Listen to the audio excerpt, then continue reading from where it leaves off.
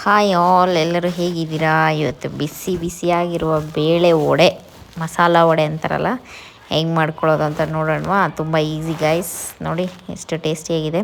ಮೊದಲಿಗೆ ಬೇಳೆ ಎತ್ಕೊಳ್ತಾ ಇದ್ದೀನಿ. ಈ ಬೇಳೆನ ಒಂದು 3-4 ಅವರ್ ನೆನೆಸಿಟ್ಕೊಂಡಿದ್ದೀನಿ. ನೋಡಿ, ನೀರು ಹಾಕ್ಬಿಟ್ಟು ನೀಟಾಗಿ ತೊಳೆದು. ಸೊ ಇದು ನೀಟಾಗಿ ಬೆಂದಿದೆ. ಒಂದು 2-3 ಗ್ಲಾಸಷ್ಟು ನಾನು ಹಾಕ್ಕೊಂಡು ನೆನೆಸಿಟ್ಕೊಂಡಿರೋದು ಬೆಂದೋಗಿದೆ. ಕೈಯಲ್ಲಿ ಇಟ್ಕೊಂಡು ನೀವು ಹಿಂಗೆ ನೋಡಿ, ಈ ಥರ ಚೀಟಿ ನೋಡಿದ್ರೆ ಅದು 2 ಹೋಳಾದರೆ ಸಾಕು, ರೆಡಿ ಇರುತ್ತೆ. 1-2ರಿಂದ 1-1.5 ಅವರಿಂದ 2 ಅವರ್ ನೆಂದರೆ ಸಾಕಿದು. ಆಲ್ಮೋಸ್ಟ್ ನೆಂದೋಗಿರುತ್ತೆ. ಹಾಗೇನು ಇದನ್ನು ನಾನು ರುಬ್ಬೋ ಕಲ್ಲಲ್ಲಿ ಹಾಕ್ಕೊಂಡು ನೋಡಿ ನೀಟಾಗಿ ರುಬ್ಕೊಳ್ತಾ ಇದ್ದೀನಿ. ಇದ್ರ ಜೊತೆಗೆ ನಾನು ಒಂದು ಸ್ವಲ್ಪ ಶುಂಠಿ, ಹಸಿಮೆಣ್ಸಿನ್ಕಾಯಿ ಹಾಕ್ಕೊಂಡಿದ್ದೀನಿ. ಅದು ವೀಡಿಯೋ ಕ್ಲಿಪ್ ತೆಗ್ದಿಲ್ಲ. ಸೊ ನೋಡಿ, ಒಂದು ಸ್ವಲ್ಪ ಹಸಿಮೆಣ್ಸಿನ್ಕಾಯಿ, ಶುಂಠಿ, ಬೆಳ್ಳುಳ್ಳಿ ಪೇಸ್ಟ್ ಒಂಚೂರು ಹಾಕ್ಕೊಂಡಿದ್ದೀನಿ. ಇವಾಗ ಈ ಬ್ಯಾಟರ್ಗೆ ನೋಡಿ ಕೊತ್ತಂಬರಿ ಕಟ್ ಮಾಡ್ಕೊಂಡು ಸಣ್ಣಗೆ, ಈರುಳ್ಳಿ, ಆಮೇಲೆ ನೀವು ಸಬ್ಬಕ್ಕಿ ಬೇಕಿದ್ರೆ ಸಬ್ಬಕ್ಕಿ ಸೊಪ್ಪು ಹಾಕ್ಕೋಬೋದು, ಟೇಸ್ಟ್ ಚೆನ್ನಾಗಿರುತ್ತೆ. ಸೊ ನಾನು ಹಾಕ್ಕೊಳ್ತಿಲ್ಲ, ಬರೀ ಈರುಳ್ಳಿ ಕೊತ್ತಂಬರಿ ಹಾಕ್ಕೊಳ್ತಾ ಇದ್ದೀನಿ ಅಷ್ಟೇ.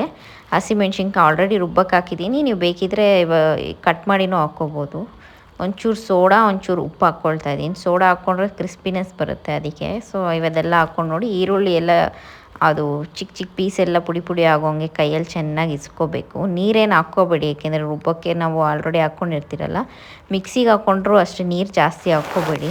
ಅಕಸ್ಮಾತ್ ನೀವು ನೀರು ಹಾಕ್ಕೊಂಡು ಅದು ತುಂಬ ತೆಳುವಾಗಿಬಿಟ್ಟಿದ್ರೆ ಒಂಚೂರು ಗೋಧಿ ಹಿಟ್ಟು ಹಾಕ್ಕೊಂಡು, ಕಡಲೆ ಹಿಟ್ಟು ಹಾಕ್ಕೊಂಡು ಮಿಕ್ಸ್ ಮಾಡ್ಕೋಬೋದು.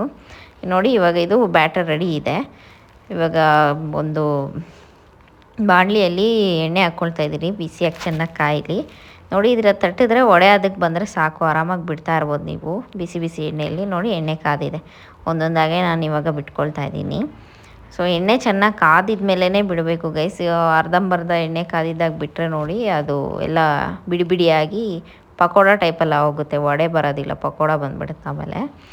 ಸೊ ಎಣ್ಣೆ ಚೆನ್ನಾಗಿ ಕಾದಿದ ಮೇಲೆ ಸಿಮ್ಮಲ್ಲಿ ಇಟ್ಕೊಂಡು, ಸಿಮ್ಮು ಇರಬಾರ್ದು, ತುಂಬ ಹೈ ಫ್ಲೇಮು ಇರಬಾರ್ದು, ಮೀಡಿಯಮ್ ಫ್ಲೇಮಲ್ಲಿ ಬೆಂಕಿ ಇಟ್ಕೊಂಡು ಎಣ್ಣೆ ಕಾದ್ಮೇಲೆ ಒಂದೊಂದಾಗಿ ವಡೆ ಬಿಟ್ಕೋಬೇಕು. ಒಂದು 5 ನಿಮಿಷ, 2 ನಿಮಿಷ ಎರಡೂ ಕಡೆ ಬೇಯಿಸ್ಕೊಂಡ್ರೆ ನೋಡಿ ಸಾಕು, ವಡೆ ರೆಡಿ ಆಗುತ್ತೆ. ಆ ಕಲರ್ ನೋಡಿದ್ರೆ ಗೊತ್ತಾಗುತ್ತಲ್ಲ. ಸೊ ವಡೆ ನೀವು ದಪ್ಪ ಹಾಕ್ಕೊಂಡ್ರೆ ಮಧ್ಯದಲ್ಲಿ ಬೆಂದಿರಲ್ಲ. ಸೊ ವಡೆನ ಯಾವತ್ತೂ ತೆಳ್ಳಗೆ ಹಾಕ್ಕೊಂಡ್ರೆ ಮಧ್ಯದಲ್ಲಿ ಬೇಯೋದು. ಸೊ ನೋಡಿ, 2 ಕಡೆ ಕ್ಲೀನಾಗಿ ಬೇಯಿಸ್ಕೊಂಡ್ರೆ ಇದ್ರ ಜೊತೆಗೆ ನೀವು ಚಟ್ನಿ ಏನಾನ ಮಾಡ್ಕೊಂಡ್ರೂ ಚೆನ್ನಾಗಿರುತ್ತೆ. ಸೊ ಬಿಸಿಯಾಗಿ ವಡೆ ರೆಡಿ ಇರುತ್ತೆ.